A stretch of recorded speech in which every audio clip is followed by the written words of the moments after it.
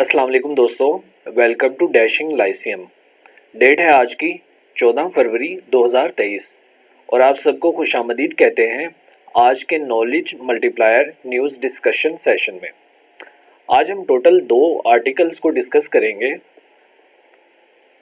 एक है D globalisation, ये आज के डॉन न्यूज़ के पेपर से लिया गया है, और एक है कॉन्स्टिट्यूशनल अमेंडमेंट, ये कल के अखबार से लिया गया है। तो आइए हम इसको डिस्कस करते हैं और देखते हैं इन दोनों आर्टिकल्स में हमें क्या कुछ नया देखने को मिलेगा, और हम जो आर्गुमेंट आज सीखेंगे वो हम अपने पेपर्स में अप्लाई करेंगे। डिस्कशन स्टार्ट करने से पहले एक कोट देख लीजिए। The man who move a mountain begins by carrying away small stones. ये कन्फ्यूशियस की ये एक कोट है। कन्फ्यूशियस एक चाइनीज़ फिलोसफर है। इसमें जो सीख दी गई है, जो हमें यहाँ पे समझने की ज़रूरत है, आप सीएसएस स्टूडेंट्स ये देखिए कि आप जब भी कोई बड़ा काम करना है तो वो उसकी जो बुनियाद है वो छोटी चीज़ों से होती है। ठीक है, अगर आपने पहाड़ को खोदना है तो आप सबसे पहले बड़ी माउंटेन पे हाथ नहीं डालेंगे, आप छोटे पत्थरों को साइड पे करेंगे, फिर आस्ता आस्ता आप बड़ी चट्टानों की तरफ जाएंगे। ठीक है, जब आप पत्थर तोड़ रहे होते हैं तो आपके हथौड़े की आखिरी जो स्ट्राइक है उसके ऊपर अगर पत्थर टूट जाता है तो इसका मतलब ये नहीं कि आपकी जो पहली स्ट्राइक है वो बेकार गई। तो हर चीज़ वैल्यू ऐड करती है। आप अपने गोल की तरफ लगे रहिए और इंशाल्लाह एक दिन इस तरह की सिचुएशन आएगी कि आप ये कोई पहाड़ नहीं है सीएसएस, अपने टास्क को छोटी छोटी स्मॉलर टास्क में डिवाइड करेंगे तो आप एक बड़े चीज़ को भी अचीव कर लेंगे। उसको भी देखिए, अगर आपने कोई चीज़ सब्सटेंशियल अचीव करनी है तो आपको हमेशा शुरू करना पड़ेगा स्मॉल स्टेप से। उसकी तरफ आप अपनी मंजिल की तरफ छोटे छोटे कदम बढ़ाइए, छोटे छोटे टास्क को पहले परफॉर्म कीजिए, छोटी छोटी चीज़ों को पहले सॉर्ट आउट कीजिए, फिर कोई बड़ी चीज़ की तरफ जाइए। ठीक है, आप अगर मिस्टेक जो लोग करते हैं वो ये करते हैं कि वो पहले ही दिन बड़ी बड़ी जो लीप्स हैं उसको टेक करते हैं, बड़े बड़े कदम उठाते हैं, बड़े बड़े स्टेप्स को बड़े बड़े टास्क को अचीव करने की कोशिश करते हैं, और जब वो उसमें कामयाब नहीं रहते तो वो दिल हार जाते हैं। तो आपने बिल्कुल ऐसा नहीं करना, आपने छोटी छोटी चीज़ों को लेकर चलना है और इंशाल्लाह ये एट द एंड बड़ी चीज़ को अचीव करने के काबिल हो जाएंगे। आज का हमारा पहला आर्टिकल है डी ग्लोबलाइजेशन के ऊपर। ग्लोबलाइजेशन का आपको मालूम है कि दुनिया एक ग्लोबल विलेज की तरह ऑपरेट करती है। जैसे ही बर्लिन वॉल डिस्ट्रॉय हुई 1989 में, ठीक है, और 1991 तक जाते हुए जब यूएसएसआर डिसइंटीग्रेट हो गया अपनी स्टेट्स में, तो बर्लिन वॉल उससे पहले ही डिसइंटीग्रेट हो गई थी। ठीक है, उससे पहले ही टूट चुकी थी। राइटर के मुताबिक दुनिया जो ग्लोबलाइज वर्ल्ड बनी वो बर्लिन वॉल के डिस्ट्रॉय होने के बाद बनी, और हमें क्या चीज़ें ऐसी देखने को मिली कि जिससे हम फ़ख्र से कह सकें कि ग्लोबलाइज वर्ल्ड ने पूरी दुनिया को कुछ ना कुछ फ़ायदा पहुंचाया है। तो राइटर के मुताबिक अब दुनिया डी ग्लोबलाइज हो रही है, और उसके पीछे जो मेन वजह है वो ये है कि जो कंट्रीज़ हैं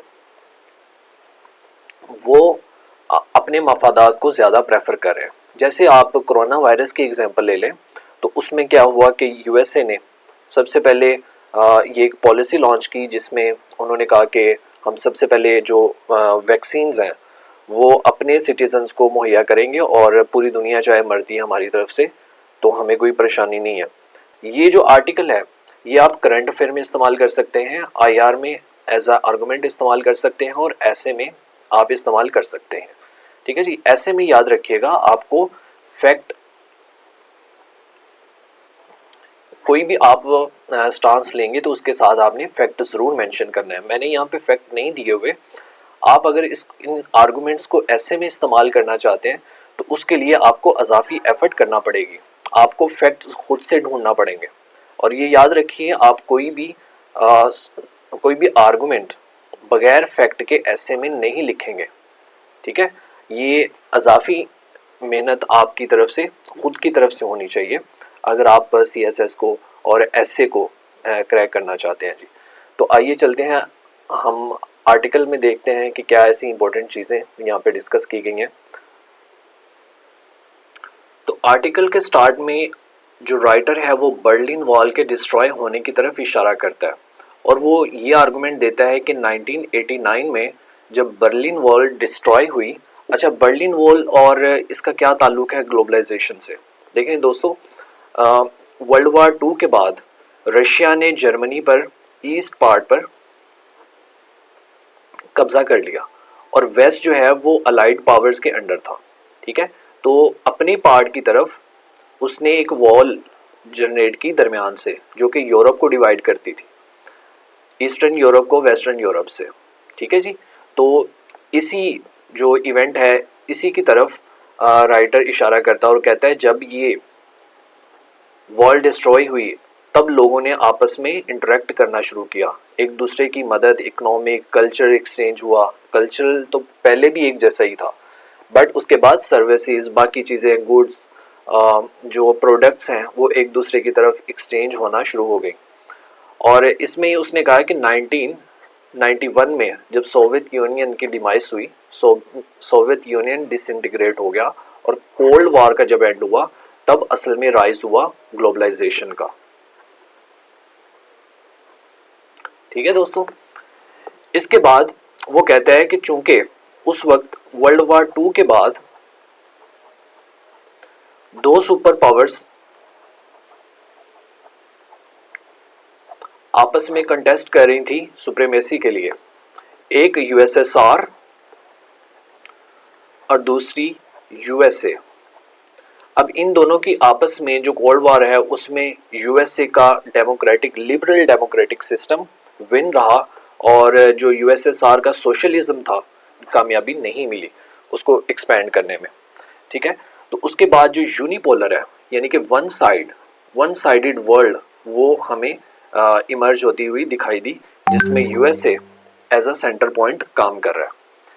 अब चूंकि यूएसए एज अ सेंटर काम कर रहा है और इसने पूरी दुनिया को एक ग्लोबल विलेज में कन्वर्ट कर दिया, जिसमें तमाम कंट्रीज आपस में इंटरडिपेंडेंट होगी, उनकी इकोनॉमीज आपस में इंटरडिपेंडेंट होगी, उनके कल्चरल एक दूसरे के साथ एक्सचेंज होना शुरू हो गए। जब लोग एक कंट्री से निकल के दूसरी कंट्री में जाने लगे बिजनेसेस की खातिर, एजुकेशन की खातिर, या फिर कोई फाइनेंस, कोई इन्वेस्टमेंट कर रहा है, कोई फॉरेन डायरेक्ट इन्वेस्टमेंट आ रही है, तो इससे क्या होता है कि जो कंट्रीज हैं वो आपस में वो इतने ज़्यादा एक दूसरे पे डिपेंडेंट होना शुरू हो गए कि पूरी दुनिया ऐसे ही लगने लगी जैसे वो एक ग्लोबल वर्ल्ड है। ठीक है, तो उनके जो फासले हैं वो बहुत ज़्यादा कम हो गए। ग्लोबल विलेज का मतलब ये है। आगे चल के राइटर फुकुयामा के famous article end of history के बारे में बात करता है और वो इसमें बताता है कि लिबरल डेमोक्रेटिक ऑर्डर जिसका झंडा यूएसए ने उठाया हुआ था वो जीत जाता है और वो पूरी दुनिया पे प्रिवेल हो जाता है। और जो मार्केट इकोनॉमी है ये ही चीज़, इसी की तो लड़ाई है मेरे दोस्तों, मार्केट इकोनॉमी की ही असल में लड़ाई है। ठीक है, मार्केट इकोनॉमी असल में फ्री मार्केट जो है वो ये कहती है कि जो डिमांड एंड सप्लाई, इसकी बुनियाद पे हम जो प्राइस हैं वो डिटरमाइन करेंगे। और ये दोनों जो बायर है और सेलर, ये इनकी आपस में मुशावरत के साथ, इनकी कोलैबोरेशन के साथ, इन दोनों की रजामंदगी के साथ जो प्राइस डिफाइन होगी वो प्राइस उस डिमांड और सप्लाई, देखें जितनी ज़्यादा डिमांड होगी उतनी ही ज़्यादा सप्लाई होगी, और जितनी ज़्यादा चीज़ सप्लाई होगी उतनी उसकी प्राइस ज़्यादा बिकेगी तो ज़्यादा प्राइस, और कम बिकेगी तो कम प्राइस। तो ये असल में मार्केट इकोनॉमी है। ठीक है, और इसमें गवर्नमेंट का कोई अमल दखल नहीं होगा। गवर्नमेंट जो प्राइस है चीज़ों की वो सेट नहीं करेगी। अगर एक जो सेलर है वो ज़्यादा प्राइस चार्ज कर रहा है तो बायर उसको मत खरीदे। ठीक है, ये उसकी इंडिपेंडेंस होनी चाहिए। ये असल में यूएसए का क्लेम था। इसके बाद थॉमस फ्रेडमैन की बुक 2005 में शाया होती है, द वर्ल्ड इज़ फ्लैट। इसके बारे में, ग्लोबलाइज्ड वर्ल्ड के बारे में ये आर्गूमेंट करती है, और वो कहती है कि हिस्टोरिकल जो और ज्योग्राफिकल जो डिवीज़न है, जो गवर्नमेंट अगर पूरी दुनिया हिस्टोरिकली और ज्योग्राफिकली डिवाइड है, इससे कोई फ़र्क नहीं पड़ता, ठीक है। चूँकि जो ट्रेडर्स हैं उनको ग्लोबल मार्केट में इक्वल फुटिंग पे अपॉर्चुनिटीज़ हासिल हैं, तो वो अपनी प्रोडक्ट दूसरे लोगों तक, वर्ल्ड के दूसरे कोने में जाके भी सेल आउट कर सकते हैं, ठीक है। तो इससे डिपेंड, ये चीज़ इस पे डिपेंड नहीं करती कि आपकी जो ज्योग्राफिकल डिवीज़न है या आप दुनिया के किस हिस्से में रहते हैं। आप यूरोप में चीज़ भेज सकते हैं, नहीं भेज सकते। तो अब दुनिया इन चीज़ों से वो ऊपर उठ चुकी है, और अब जो इकोनॉमी है वो ग्लोबल इकोनॉमी और फ्री मार्केट इकोनॉमी के तौर पे काम करेगी। हम थोड़ी सी मज़ीद बात लिबरल डेमोक्रेटिक ऑर्डर पे करेंगे कि फुकुयामा का इससे क्या मतलब था। देखें, जो लिबरल डेमोक्रेटिक ऑर्डर है ये असल में रिप्रेजेंटेटिव फॉर्म ऑफ डेमोक्रेसी है, रिप्रेजेंटेटिव फॉर्म ऑफ डेमोक्रेसी है, जिसमें अवाम अपने नुमाइंदों को इलेक्शन के ज़रिए से वोट करके इलेक्ट करते हैं, और वो उनके जो भी कानून साजी है, उनका कॉन्स्टिट्यूशन बनाना, उनके लॉज बनाने, ये सारी चीज़ें गवर्नमेंट के अंडर होती हैं, और वो लिबरल होंगी, मतलब कि वो रिप्रेजेंटेटिव होंगी, वो लोगों को जवाबदेह होंगी। लोग जब चाहे उस गवर्नमेंट को निकाल बाहर कर सकते हैं। Vote of no confidence assembly में, नेशनल असम्बली में या उनकी पार्लियामेंट में वो पेश करेंगे, तो वो किसी भी गवर्नमेंट को जिसको वो नापसंद करते हैं वो उसको जब चाहें तब निकाल सकते हैं, ठीक है। तो ये असल में ये एक डेफिनेशन थी, ये एक कह सकते हैं कि लिबरल डेमोक्रेटिक ऑर्डर ये था। अब पूरी दुनिया में अभी भी आप देख लें कि सोशलिस्ट कंट्री कितने हैं, बहुत कम है, ठीक है। और ज़्यादातर जो है वो मोनार्की जहाँ पे है वो भी बहुत कम कंट्रीज़ दुनिया में ऐसे रह गए हैं। ज़्यादातर कंट्रीज़ में अब डेमोक्रेसी आ चुकी है। डेमोक्रेसी का मतलब है कि वहाँ के लोगों के पास ये इख्तियार है कि उनको कौन गवर्न कर रहा है, उन पे कौन रूल कर रहा है। देखिए, जैसे ही वॉल ऑफ बर्लिन डिसमेंटल होती है, तो आप यूएन का जो इन्वॉल्वमेंट है वर्ल्ड अफेयर में वो बहुत ज़्यादा राइज अप हो जाता है, ठीक है।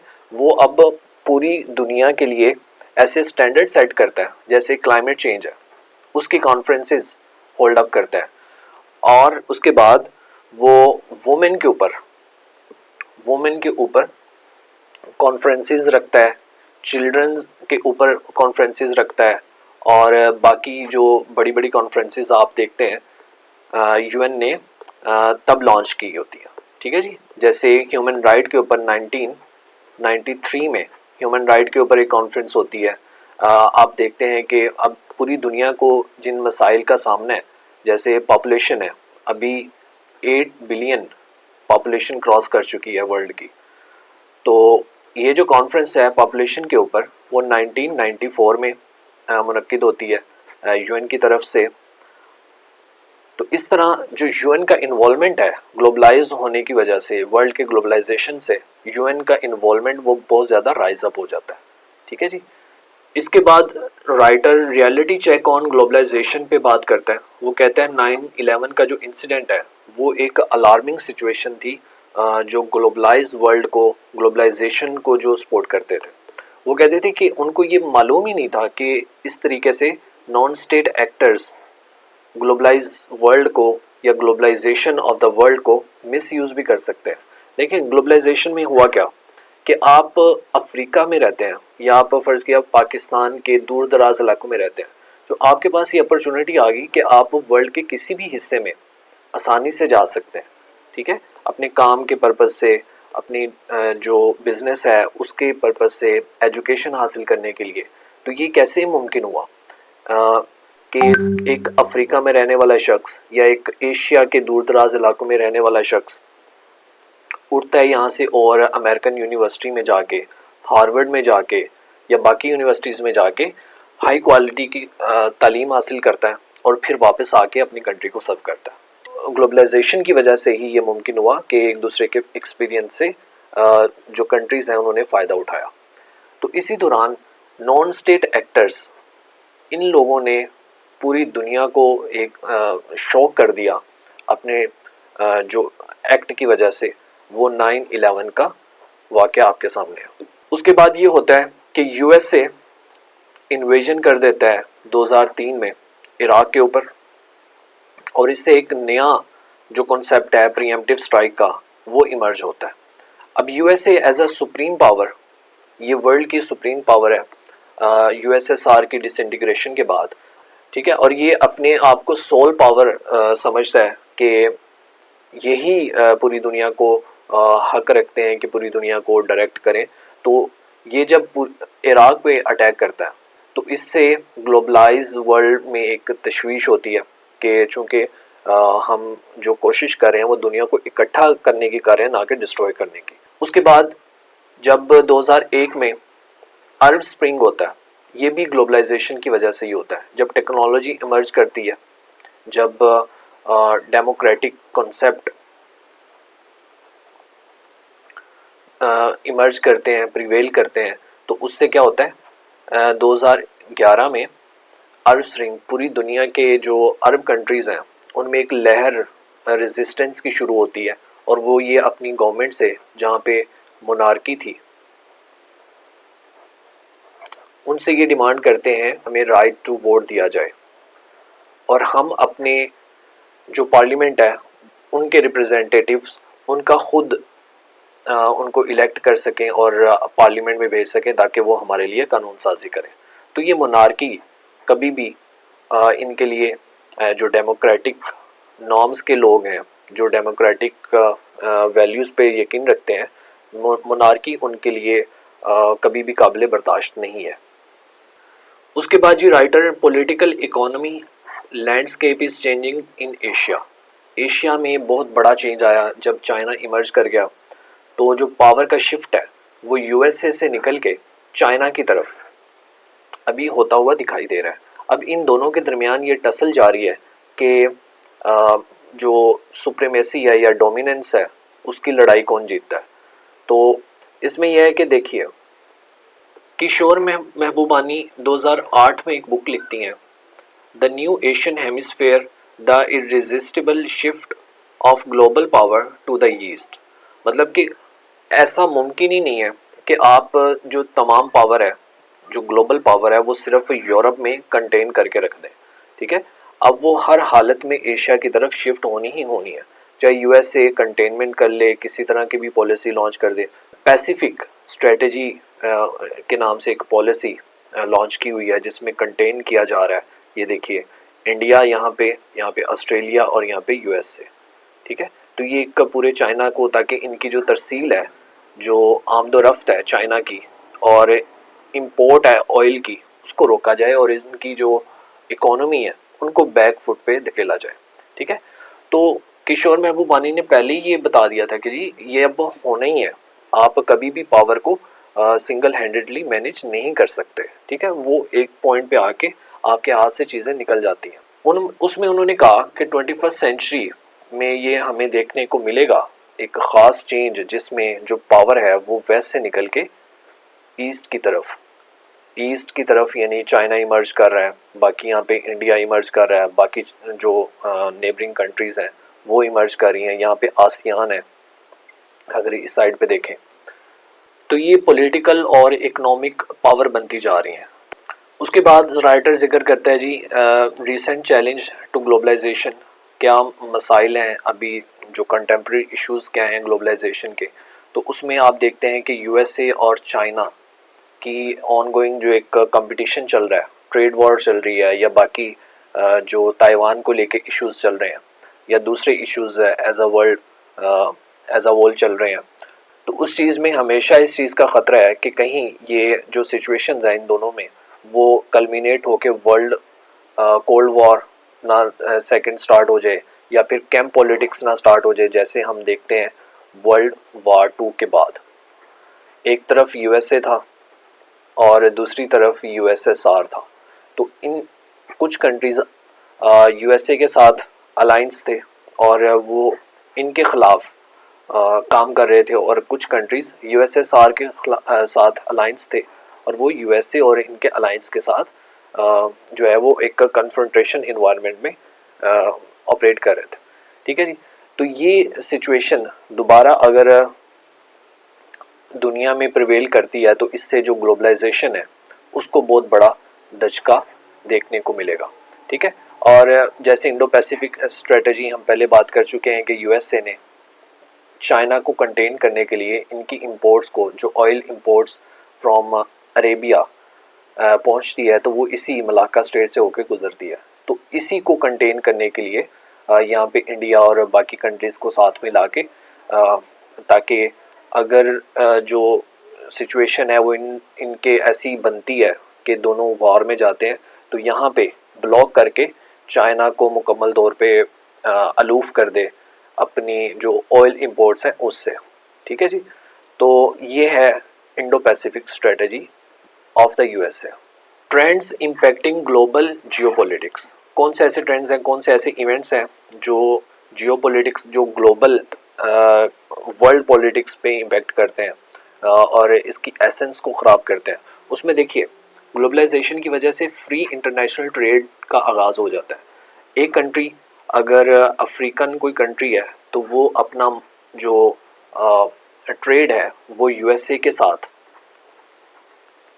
वो एशियन कंट्री के साथ कर सकती है। ठीक है। अपना जो भी उनका प्रोडक्ट है वो यहीं एशिया में भी बेच सकती है, यूएसए में भी बेच सकती है और दुनिया के किसी भी कोने में बेच सकती है। अब इससे फ़ायदा क्या होता है, इस कंट्री को जहाँ से ये प्रोडक्ट बन रही है, जब वो बेचेगी तो वापस इसको पे होगा डॉलर्स में। ठीक है। तो जो डॉलर्स इनके पास आएंगे तो इनकी इकोनॉमी बेहतर होगी। उससे क्या होता है कि जो रेसिपेंट कंट्रीज़ हैं, जहाँ पे ये प्रोडक्ट जाके डंप हो रहे हैं, वहाँ पर भी तो उसी तरह की कोई चीज़ बन रही होगी ना। तो ये क्या करेंगी, अगर इनकी क्वालिटी, अगर किसी मुल्क के पास अगर इसकी कोई प्रोडक्ट बना रहा है, उस जो कोई सर्विसेज दे रहा है, तो उसकी क्वालिटी अगर बेहतर होगी तो रेसिपेंट कंट्रीज़ में वो जो कोई इंडिजिनस प्रोडक्ट है उसकी जो सेल है वो बहुत ज़्यादा कम हो जाएगी। तो इससे क्या होता है, जो कंट्रीज़ हैं, जो रेसिपेंट कंट्रीज़ हैं, जहाँ पे ये जाके ये डंप हो रही है, वो कंट्रीज़ ट्रेड प्रोटेक्शनिज़म स्टार्ट कर देते हैं। मतलब ये है कि इन पे बाहर से कोई भी प्रोडक्ट आए उस पर इतना ज़्यादा टैक्स लगा देते हैं, हालांकि क्वालिटी उनकी अच्छी है, और वो ये इस वजह से करते हैं ताकि वो चाहते हैं कि हमारी जो इंडिजिनस प्रोडक्ट है वो ज़्यादा सेल हो, और जो डॉलर्स हैं या जो पैसा है वो हमारे कंट्री से निकल के उस कंट्री में ना जाए जहाँ से वो प्रोडक्ट आ रही है। ठीक है। तो ये भी एक नेगेटिव पॉइंट है।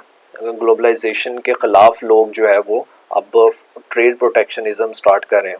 दूसरा ये है कि माइग्रेंट्स, पहले ये होता था कि माइग्रेंट्स जब एक इलाके से लोग माइग्रेट करके दूसरे इलाके में इबाद होते हैं तो उस इलाके में कल्चरल रिच हो जाता है, वहाँ पे नई नॉर्म्स, नया कल्चर, नई वैल्यूज़ स्टार्ट हो जाती हैं, कल्टीवेट होना शुरू हो जाती हैं। बट अब क्या होता है, अब ये है कि जो यूरोप है ख़ास तौर पे, वो इमिग्रेंट्स को रोक रहा है, और ये अपने इलेक्शन की मैनिफेस्टो में भी वो ये चीज़ डाल रहे हैं कि इमिग्रेंट्स के ख़िलाफ़ एक्शन लिया जाए। तो इससे क्या होता है, इससे जो सोसाइटी में इनरिचमेंट है वो कम हो जाती है। ठीक है। इसी के साथ आप देखते हैं इस्लामोफोबिया, इस्लाम के ख़िलाफ़ जो काम हो रहा है, जो तौहीन मज़हब हो रहा है, और जो मुसलमानों के ख़िलाफ़ एक नफ़रत पूरी दुनिया में हमें देखने को मिली है, वो भी ग्लोबलाइजेशन की ही वजह से है। और ये असल में नेगेटिव इम्पैक्ट डालता है ग्लोबलाइजेशन से, जहाँ पे कम्युनिटीज़ आपस में जुड़ी हुई हैं। और दूसरा narrow nationalism, far right political group दोबारा से इमर्ज हो रहे हैं, जो कि एक्सट्रीम लेवल पे अगेंस्ट हैं फॉरेन नेशनल्स के, या फिर वो जैसे आपने वो क्राइस्ट चर्च का जो इंसिडेंट देखा वो भी फार राइट ग्रुप्स की तरफ से ही था। ठीक है। और वो इस्लामोफोबिया की एक एग्जांपल है। आगे चल के दोस्तों राइटर रिकमेंडेशन देता है और वो कहता है कि हम कौन से ऐसे स्टेप्स ले सकते हैं जिससे हम खुद के, अब हर कंट्रीज़ अपने बारे में सोच रही हैं, तो एक तो वो पहले कहता है कि इंटरनेशनल कोऑपरेशन होनी ज़रूरी है, क्योंकि ऐसे बहुत सारे पूरी दुनिया को ख़तरात का सामना है, जैसे क्लाइमेट चेंज है, उससे कोई भी कंट्री अकेला उससे निपट नहीं सकता। ठीक है, ये एक कोऑपरेशन, एक कोलैबोरेशन के ज़रिए से ही मुमकिन हो सकता है। ठीक है, ये किसी भी एक कंट्री का काम नहीं है कि वो क्लाइमेट चेंज या फिर पॉपुलेशन या फिर ग्लोबल वार्मिंग के जैसे थ्रेट को वो काउंटर कर सके। तो इसमें हॉलिस्टिक अप्रोच चाहिए होती है, जो इन इश्यूज़ को एक ख़ास सेट डिफाइंस स्ट्रेटजी चाहिए होती है, जिस पर पूरी दुनिया जब अमल करे और तो वो इन इस जैसे इश्यूज़ पे कंट्रोल कर सके। ठीक है, दूसरी वो एक डेवलपिंग कंट्रीज़ के लिए एक रिकमेंडेशन देता है कि सेल्फ हेल्प स्ट्रेटजी को अडॉप्ट करना चाहिए, जिससे वो अपने खुद के ऊपर रिलायंस कर सकें और अपनी इकोनॉमी और अपनी जोग्राफिक लोकेशन को इस्तेमाल करके अपनी इकोनॉमिक बेनिफिट्स हासिल कर सकें। देखिए, पाकिस्तान एक ऐसे पिवट पे मौजूद है, हमारा रीजन साउथ एशिया ऐसे पिवट पे मौजूद है कि इसके साथ पूरी दुनिया की, अब जैसे ऊपर से चाइना ने अगर कोई चीज़, जैसे हमने अभी पढ़ा कि यूएसए ने इंडो पैसिफिक स्ट्रेटजी लॉन्च किया है। ठीक है, तो चाइना को एक अल्टरनेट वे पाकिस्तान प्रोवाइड कर रहा है सीपैक के ज़रिए से। अगर हम अपने साउथ एशिया के पूरे रीजन को इस तरीके से मॉडिफाई कर लें या कोऑपरेट एक अलायंस बना लें और हम इस रीजन को बाकी जो कंट्रीज़ हैं उनके साथ जोड़ने की कोशिश करें, तो इससे एक बूस्टअप मिलेगा और जो इकोनॉमिक सिचुएशन है वो बेहतर होगी, ट्रेड बढ़ेगा, कोऑपरेशन बढ़ेगा, बाकी चीज़ें बढ़ेंगी। तो इसमें उसने कहा कि इम्पोर्टेंस ऑफ कनेक्टिविटी पे ध्यान दिया जाए और साउथ एशिया को, और ये कैसे मुमकिन हो सकता है, ये देखिए, ये साउथ एशिया का आपस में कोऑपरेशन पाकिस्तान और इंडिया के कोऑपरेशन पे डिपेंड करता है। ठीक है, और इन दोनों का आपस में जो ताल्लुकात हैं, रिलेशंस हैं, वो कश्मीर पे डिपेंड करते हैं। ठीक है, अगर कश्मीर का मसला हल हो जाता है तो इस इलाके में इतना पोटेंशियल है कि हम किसी वक्त में यूरोप का मुकाबला कर सकते हैं। दोस्तों, हमारे पास जो नेक्स्ट ओपिनियन है वो है कॉन्स्टिट्यूशनल अमेंडमेंट। ये डॉन न्यूज़ के प्रीवियस डे के ओपिनियन सेशन से ये एडिटोरियल लिया गया है और इसमें कॉन्स्टिट्यूशनल अमेंडमेंट्स के बारे में बात की गई है। ख़ास तौर पे हम इस आर्टिकल में ये बात करेंगे कि 8th अमेंडमेंट, इसका पाकिस्तान की हिस्ट्री में ये कैसे बनाई गई और इसने कैसे पाकिस्तान की हिस्ट्री को, कॉन्स्टिट्यूशनल हिस्ट्री को और पॉलिटिकल हिस्ट्री को चेंज किया, और इसके पर्पस क्या था इसके बनाने का, और इसके अलावा बाकी दूसरी अमेंडमेंट्स 12th अमेंडमेंट तक हम आज इस एडिटोरियल में इस आर्टिकल में बात करेंगे। ठीक है, इस आर्टिकल को आप पाकिस्तान अफेयर के पोस्ट पार्टीशन के सेशन में इस्तेमाल कर सकते हैं, पॉलिटिकल साइंस के पेपर 2 में आप इसको इस्तेमाल कर सकते हैं, और ऐसे में एज एन आर्गूमेंट आप इन कॉन्स्टिट्यूशनल अमेंडमेंट को यूज़ कर सकते हैं। जनरल ज़ियाउल हक 8th अमेंडमेंट को पास आउट करता है और नेशनल असेंबली को इस मकसद के लिए 1985 में वो इस्तेमाल करता है। देखिए, national assembly as a rubber stamp इस्तेमाल होती है। ठीक है, 1985 में असेंबली का, नेशनल असेंबली का इलेक्शन होता है और वहाँ से जो non party base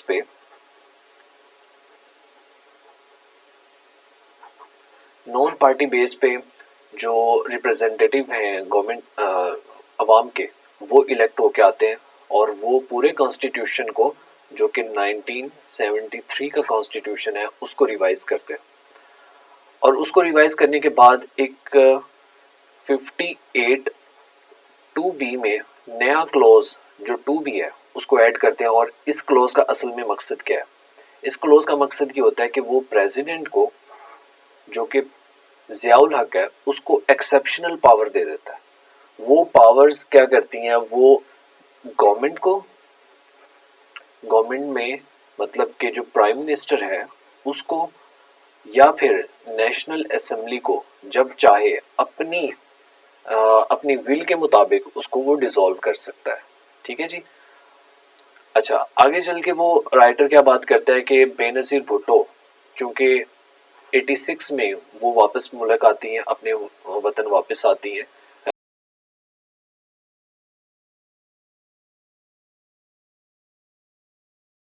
Zulfikar Ali Bhutto को फांसी दे दी जाती है, उसके ऊपर एक मुकदमा बनाया जाता है और उसके नतीजे में सुप्रीम कोर्ट उसको कैपिटल पनिशमेंट दे देती है जी। ठीक है, तो उसके वापस आने से, बेनज़ीर भुट्टो के वापस आने से जो जुल्फ़िकार अली भुट्टो की बेटी है, ठीक है, जुल्फ़िकार अली भुट्टो के जाने से एक पॉलिटिकल वैक्यूम हमारी पॉलिटिक्स में, हमारे मुल्क में जनरेट होता है, जिसको वापस आके वो फिल आउट करती हैं जी।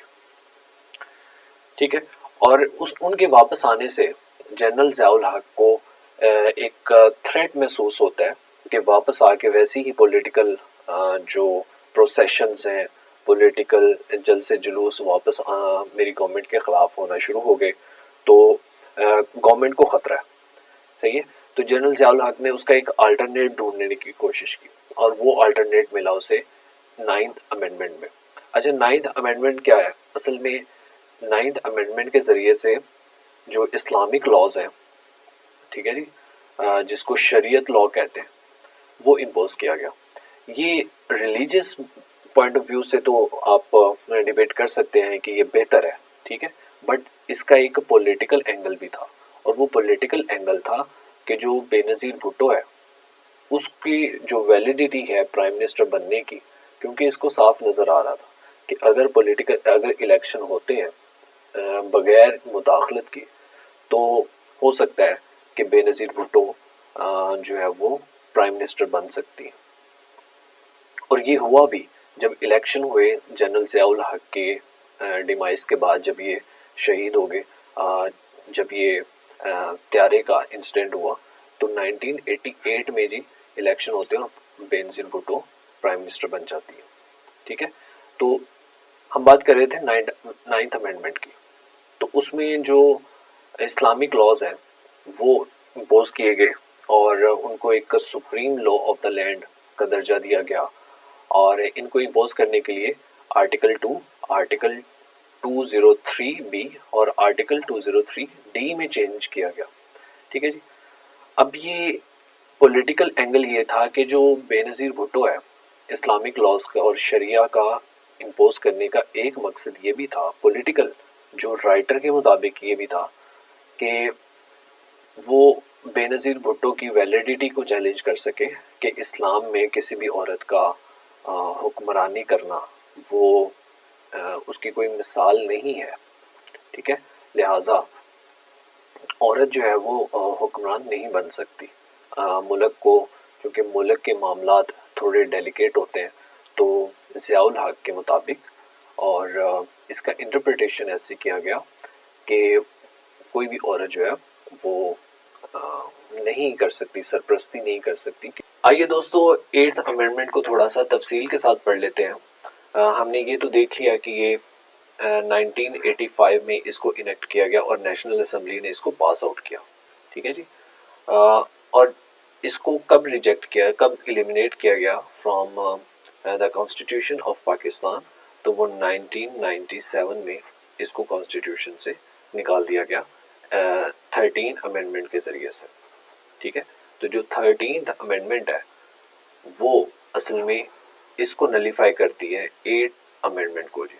ठीक है, और हम चूँकि ये पढ़ चुके हैं कि उस वक्त जो गवर्नमेंट थी वो टेक्नोक्रेटिक मिलिट्री की गवर्नमेंट थी, तो ये जो डिक्टेटर है ये हमेशा से यही कोशिश में था कि किसी तरीके से मेरे इक़्तिदार को थोड़ा सा इलोंगेट किया जाए, मेरे इक़्तिदार को थोड़ा बढ़ाया जाए ताकि मैं ज़्यादा देर रूल कर सकूं। ठीक है जी। हमारा जो 1973 का दोस्तों कॉन्स्टिट्यूशन है वो पार्लियामेंट्री सिस्टम है। ठीक है, 8th अमेंडमेंट के ज़रिए से ये चेंज होके प्रेसिडेंशियल बन गया, सेमी प्रेसिडेंशियल बन गया जी।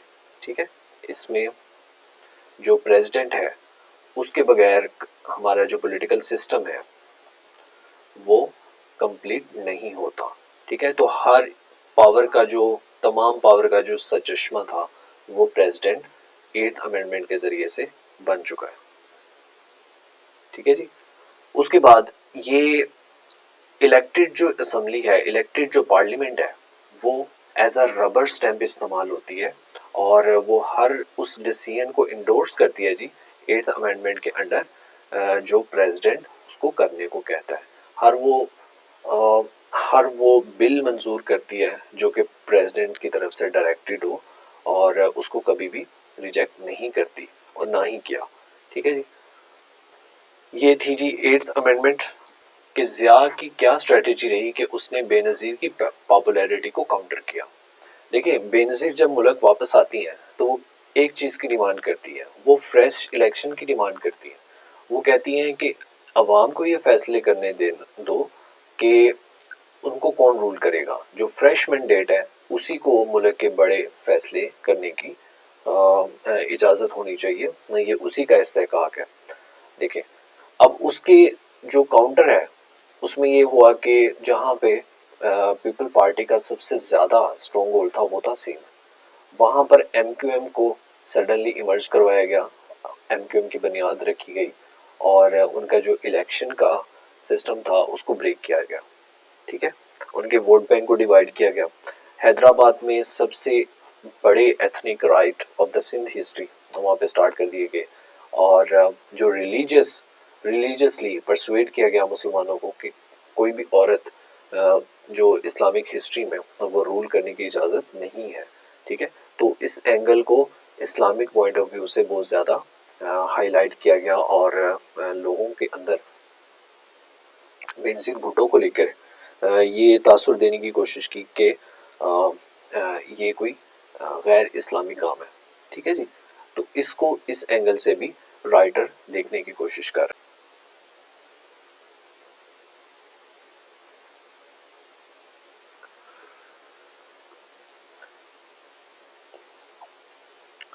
ज़ियाउल हक के टाइम पीरियड के जो इम्पोर्टेंट इवेंट्स हैं राइटर उसके बारे में डिस्कस करते हैं।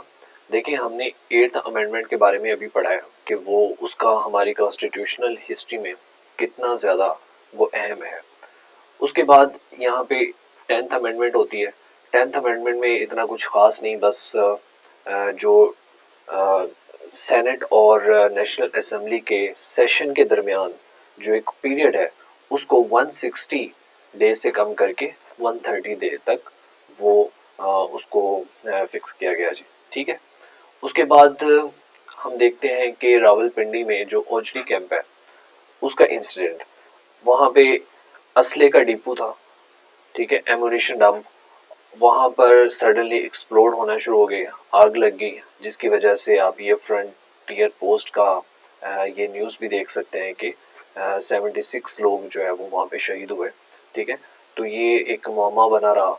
ठीक है, और उसके बाद ये हुआ कि जो जुनेजो गवर्नमेंट थी उस वक्त जो प्राइम मिनिस्टर था वो जुनेजो था। ठीक है, चूँकि हमें पता है कि अभी हम डिस्कस कर चुके हैं कि 1985 में जनरल असेंबली के इलेक्शन होते हैं और उसकी बुनियाद पर नॉन पार्टी बेस पे रिप्रेजेंटेटिव अवाम की तरफ से वो इलेक्ट होके नेशनल असेंबली में जाते हैं। ठीक है, तो वहाँ पर जो ज़ियाउल हक है वो जुनेजो को अपना प्राइम मिनिस्टर उस असेंबली का, जो कि 1985 के इलेक्शन के नतीजे में मार्ज़े वजूद में आती है जी, तो उसका प्राइम मिनिस्टर जुनेजो को बना देता है। हमारी हिस्ट्री का next important event Geneva accord है। जैसे कि यूएसएसआर ने 1979 को अफ़गानिस्तान पे अटैक करता है और यहाँ पे एक वॉर चलती है जो कि 9 साल तक तकरीबन वॉर चलती रहती है और अफ़गानिस्तान पूरे का पूरा और पूरा तकरीबन ख़िता, ये जितना भी रीजन है ये वॉर के अंदर चला जाता है। इससे पाकिस्तान और अफ़गानिस्तान ये दोनों इस वॉर को यूएसएसआर के ख़िलाफ़ लड़ते हैं, जिसमें अफ़गानिस्तान के मुजाहिदीन और पाकिस्तान की तरफ से भी सपोर्ट रहती है और यूएसए यहाँ पे एक इम्पोर्टेंट प्लेयर के तौर पे काम करता है। ठीक है, जिनेवा अकॉर्ड जुनेजो गवर्नमेंट इसको साइन करती है और ये जो अकॉर्ड है वो बगैर प्रेसिडेंट के अप्रूवल के जुनेजो गवर्नमेंट की तरफ से साइन किया जाता है, जिसकी वजह से जुनेजो गवर्नमेंट और प्रेसिडेंट के दरमियान जो रिलेशंस हैं वो कोल्ड स्टोरेज में चले जाते हैं, वो ठीक नहीं रहते। देखें, प्रेसिडेंट जो उस वक्त का ज़ियाउल हक था, उसको एक और गिला ये भी था कि ओजरी कैंप में जो एमुनिशन एक्सप्लोड हुआ उसकी इन्वेस्टिगेशन की यकीन दहानी प्राइम मिनिस्टर की तरफ से आवाम को कर दी गई कि उसकी रिपोर्ट को पब्लिक किया जाएगा, और दूसरा बगैर उसको कॉन्फिडेंस लिए जिनेवा अकॉर्ड को साइन कर दिया गया। ठीक है, अब इसमें सिर्फ और सिर्फ यूएसएसआर के ट्रूप्स के विड्रॉल का एग्रीमेंट ही नहीं था, बल्कि पाकिस्तान और अफ़गानिस्तान, इन दोनों के रिलेशंस के बारे में भी बात की गई थी। जो रेफ्यूजीज़ वार की वजह से पाकिस्तान में आ गए थे, उनकी पीसफुल रिटर्न इस अकॉर्ड में शामिल थी, और बाकी दूसरे भी एग्रीमेंट्स थे जिसमें नॉन इंटरफेरेंस एक दूसरे के मामलात में वो भी इस अकॉर्ड में डिस्कस किया गया था। और इसका जो गारंटर था वो यूनाइटेड नेशन, इसका गारंटी इसने ली थी, और यूएसएसआर और यूएसए, ये दोनों इस अकॉर्ड को फाइनलाइज करने में इनका भी बहुत बड़ा हाथ था। नेक्स्ट है जी Zia demise and new election. ठीक है, 1988 में, अगस्त के 1988 में प्लेन एक्सप्लोड होता है मिड एयर में। जैसे ही प्लेन हवा में जाता है तो वहाँ पे थोड़ी देर बाद वो एक्सप्लोड कर जाता है, जिसकी वजह से जो ज़िया है उसकी किलिंग हो जाती है। ठीक है, ज़िया के साथ और भी आर्मी जनरल्स थे, वो भी इसमें मारे जाते हैं। एक अमेरिकन एम्बेसडर थे, वो भी इसमें किल हो जाते हैं। ठीक है, तो गुलाम इसहाक खान जो कि उस वक्त सेनेट के चेयरमैन थे, तो जब भी प्रेसिडेंट मुल्क से बाहर हो या फिर प्रेसिडेंट अगर वफात हो जाए प्रेसिडेंट की, तो जो नेक्स्ट प्रेसिडेंट होता है वो होता है सेनेट का चेयरमैन। ठीक है, जो कि उस वक्त गुलाम इसहाक खान थे, तो ऑटोमेटिकली ये प्रेसिडेंट के ओहदे पर आ जाते हैं। ठीक है, उसके बाद ये होता है कि चूँकि ज़िया ने अपनी डिमाइस से पहले, अपनी ये जो किलिंग होती है ज़िया की, इससे पहले उसने इलेक्शन अनाउंस किए होते हैं। ठीक है, और वो जो इलेक्शन है वो नॉन पार्टी बेस पे इस दफ़ा भी होने होते हैं।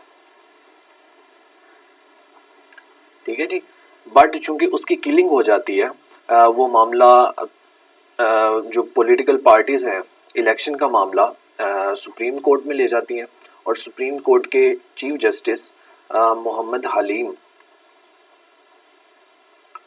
वो ये रिमार्क्स देते हैं कि अब जो इलेक्शन होंगे, जो नए इलेक्शंस होंगे, वो पार्टी बेस पे होंगे, नॉन पार्टी बेस पे नहीं होंगे। ठीक है, जिसकी वजह से, जिसके रिज़ल्ट में जो इलेक्शन होते हैं जी वो होते हैं, और बेनज़ीर जो है वो यहाँ से क्लियर कर मेजॉरिटी लेकर आती हैं। बट इतनी मेजॉरिटी उनके पास भी नहीं होती, हालांकि उन्होंने अपने इलेक्शन मैनिफेस्टो में ये चीज़ अब आवाम के सामने रखी होती है कि जैसे ही वो पावर में आएंगी वो 8th अमेंडमेंट को नलीफाई कर देंगी, उसको चेंज कर देंगी। बट उनके पास इतनी मेजॉरिटी नहीं होती कि वो कॉन्स्टिट्यूशन को चेंज कर सकें जी। तो 1988 के जो इलेक्शन है उसमें बेनज़ीर पीपल पार्टी जीतती है, और वो गवर्नमेंट में आती हैं, और ये बहुत ही हिस्ट्री मेकिंग इवेंट होता है, क्योंकि दुनिया की हिस्ट्री में कभी भी यंगेस्ट प्राइम मिनिस्टर, और वो भी एक औरत, वो कभी भी प्राइम मिनिस्टर नहीं बनी, और ना ही कभी मुल्क के अफेयर्स को किसी औरत ने, यंगेस्ट औरत ने चलाया है। ठीक है, तो ये एक बहुत ही बड़ा इवेंट था, और मुस्लिम वर्ल्ड हिस्ट्री में ये पहला ऐसा इवेंट होता है 1988 में जिसमें एक औरत मुस्लिम कंट्री को लीड करती है और उसके अफेयर को मैनेज करती है। उसके बाद ये होता है कि 1990 में गुलाम इसहाक खान फिर उसी 8th अमेंडमेंट को यूज़ करते हैं, 58 उसका क्लॉज 2B को, और अपनी जो एक्सेप्शनल पावर्स हैं उसको इस्तेमाल करते हुए बेनज़ीर की गवर्नमेंट को टॉपल कर देते हैं। ठीक है जी, ये एक टूल के तौर पे इस्तेमाल होती रही है हमारी हिस्ट्री में 58 2B और 8th अमेंडमेंट। इसकी जो वजह बनी टॉपल करने की, या उसने जो वजह बयान की प्रेसिडेंट ने, वो था nepotism nepotism plus corruption.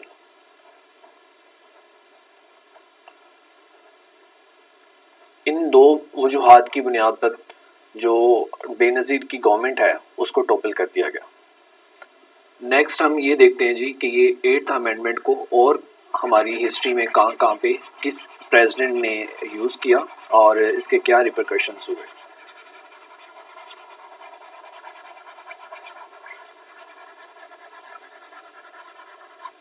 Nineteen 88 से लेके जी 1996 तक ये जो 8th अमेंडमेंट है इसका गलत इस्तेमाल होता रहा और ये इस्तेमाल किया गुलाम इसहाक खान ने। ठीक है, इसने किसी भी गवर्नमेंट को, चाहे वो पहले बेनज़ीर की गवर्नमेंट को टॉपल किया, फिर उसके बाद नवाज शरीफ की, फिर बेनज़ीर की और फिर नवाज शरीफ की।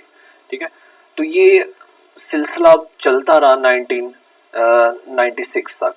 ठीक है, इसमें सबसे पहले इसने, हमें पता है कि 1988 में बेनज़ीर की गवर्नमेंट फॉर्म होती है। ठीक है, और ये टॉपल कर देता है 1990 में। पहली गवर्नमेंट टॉपल हो जाती है गुलाम इसहाक खान की तरफ से और 6 अगस्त 1990 को। ठीक है, उसके बाद 1990 को दोबारा से नवाज शरीफ की गवर्नमेंट फॉर्म होती है। ठीक है, और ये वही 8th अमेंडमेंट को इस्तेमाल करके दोबारा से 1993 में दोबारा से नवाज शरीफ की गवर्नमेंट को टॉपल कर देता है। ठीक है, और ये सिलसिला ऐसे ही चलता है, फिर बेनज़ीर की आती है और फिर नवाज शरीफ की। ठीक है, तो 1996 में एंड में आके प्रेसिडेंट और प्राइम मिनिस्टर, जो उस वक्त के प्राइम मिनिस्टर गुलाम इसहाक खान प्रेसिडेंट, इन दोनों के दरमियान इतने मामलात ख़राब हो जाते हैं कि आर्मी चीफ को इंटरवीन करना पड़ता है, जनरल वहीद काकर को, और वो इन दोनों को मजबूर करते हैं कि ये दोनों रिज़ाइन करें। जब ये दोनों रिज़ाइन करते हैं तो फिर फारूक लगारी, नेक्स्ट बेनज़ीर जो गवर्नमेंट है उनका ये एक बहुत बड़ा लीडर है फारूक लगारी,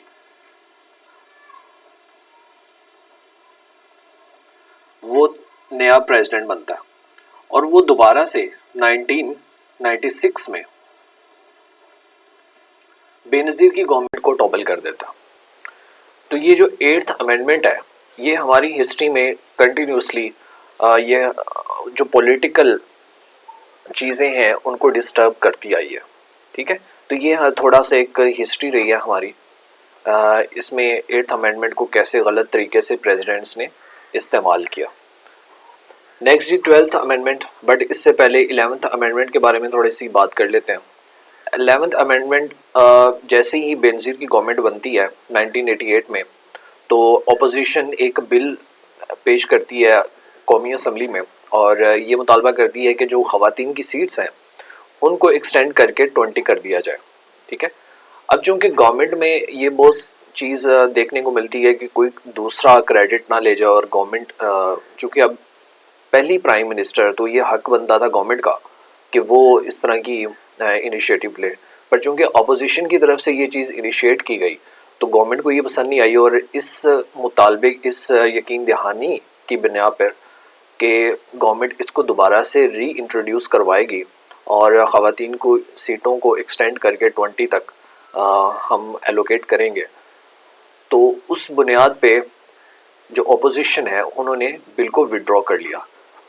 जब 11th अमेंडमेंट विड्रॉ हो गई तो गवर्नमेंट उसके बाद टॉपल हो गई, तो ये जो बिल है ये कोल्ड स्टोरेज में चला गया। ठीक है जी, इसके बाद आती है 12th अमेंडमेंट। 12th अमेंडमेंट 91 में ये इंट्रोड्यूस करवाई जाती है नवाज शरीफ गवर्नमेंट की तरफ से और इसमें असल में स्पेशल कोर्ट्स बनाई जाती हैं।